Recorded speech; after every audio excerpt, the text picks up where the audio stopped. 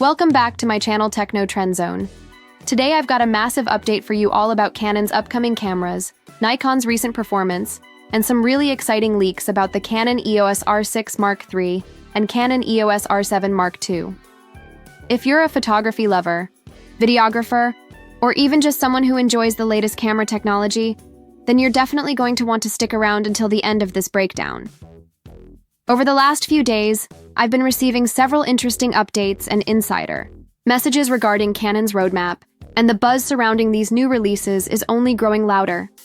But before we dive into the details about specs, rumored release dates, and all the features that photographers are hoping for, I want to pause and ask you a question that every photographer eventually wrestles with. What makes an image truly stand out as one of your favorites? For me, an image isn't always about the rarest subject. Sometimes it's about capturing an ordinary bird, animal, or even a landscape in a way that feels completely new. For example, one of my favorite shots is of a common crested pigeon in mid-takeoff. The light and the angle revealed an explosion of colors in its wings, turning what could have been an everyday photo into something unforgettable. On the other hand, I've also had those moments where I worked for years to capture a rare subject, such as a palm cockatoo. After countless canceled trips and health setbacks, I finally managed to photograph it in the wild. And that emotional connection makes the photo one of my personal treasures. And that's the beauty of photography. It's not just about sharpness, megapixels, or perfect settings. Sometimes the most powerful images are those tied to a personal story, a once-in-a-lifetime opportunity, or even just the creative use of light. So I'd love to hear from you. What makes an image stand out to you? Is it technical perfection, the story behind it, or the emotion it evokes? Drop your thoughts down in the comments, because I want to build a real discussion about how we define photographic value.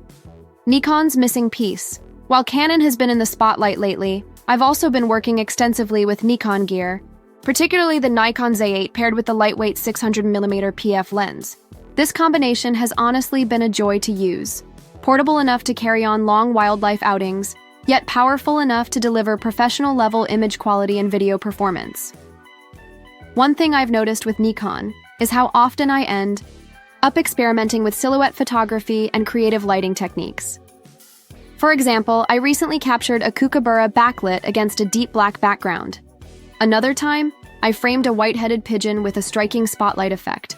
My favorite experiment was with a great egret at sunset, where I positioned myself so the fading light outlined the bird against a mangrove backdrop. These kinds of shots prove that sometimes the magic isn't in the subject itself, but in how we play with shadows, highlights, and natural light. The technique is fairly straightforward. Place yourself so that the sun lights the subject's edges, underexpose, significantly, and allow the bright rim to shine while the rest of the frame falls into darkness. With a little post-processing, lifting highlights, deepening blacks, and removing haze, you can create an image that looks straight out of a fine art gallery. And while Nikon cameras have proven excellent for this type of work, I still think they're missing one big feature: raw pre-capture. Both Canon and Sony already include this technology, which allows photographers to capture moments that occur just before the shutter is fully pressed. Once you get used to it, it's hard to live without. Nikon's rumored Z9 II is expected to include it, and I think that upgrade will really change the game for action and wildlife shooters. Canon EOS R6 Mark III, details and expectations. Now, let's move on to the biggest news, the Canon EOS R6 Mark III. According to several sources, the official announcement is just around the corner, likely before mid-September. While Canon hasn't confirmed anything yet, leaks suggest we'll see teasers soon, followed by a full reveal within weeks. One of the most talked about specs is the sensor. Early rumors suggested the R6 Mark III would adopt a stacked sensor, but newer reports point toward a non-stacked sensor with either 30.3 MP, 33 MP, or possibly 36 MP.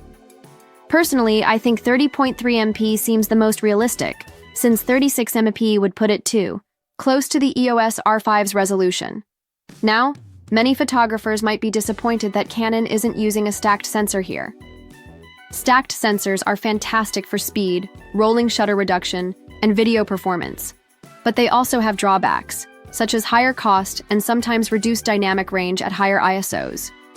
By keeping the R6 Mark III with a fast, non-stacked sensor, Canon might strike a balance between affordability, image quality, and performance. Other expected upgrades include improved autofocus tracking, 20-30 FPS continuous shooting, better buffer.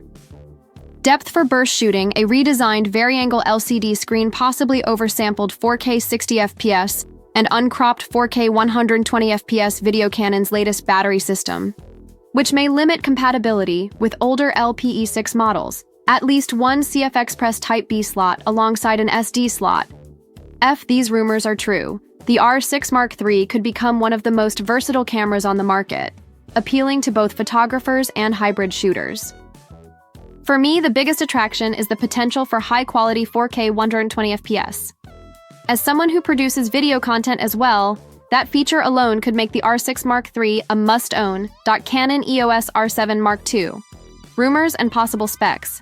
And just when you thought Canon was finished, rumors about the Canon EOS R7 Mark II have also started circulating. Some spy shots have even surfaced, suggesting prototypes are already being tested. While a release may still be 4 to 6 months away, the fact that multiple sources are now confirming its existence means this camera is definitely on the horizon. So what can we expect? Based on current information, the R7 Mark II may come with a larger, more ergonomic body, closer to the R6 or R5 design, a new rear LCD design, possibly more flexible like Sony's screens, an upgraded EVF with higher resolution and refresh rates improved, autofocus and faster readout speeds to minimize rolling shutter. Likely no top LCD panel, consistent with Canon's strategy for mid-tier models. Better high ISO performance compared to the current R7. The R7 Mark II seems to be shaping up as a serious APS-C flagship for Canon mirrorless users. Wildlife and sports photographers who don't want to carry the size and price tag of a full-frame camera may find this to be the perfect solution. Personally, my biggest wish is for Canon to improve rolling shutter performance and give us better, high-speed shooting without distortion. If they can deliver that along with high-quality video features, the R7 Mark II will become a fantastic second body for many professionals.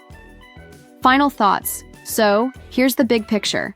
Canon is preparing for a huge end-of-year push. Between the EOS R6 Mark III and the EOS R7 Mark II, it looks like the company is determined to stay ahead in the hybrid camera market.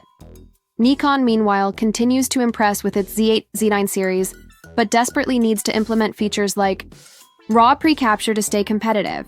And Sony, as always, is pushing the boundaries with stacked sensor technology.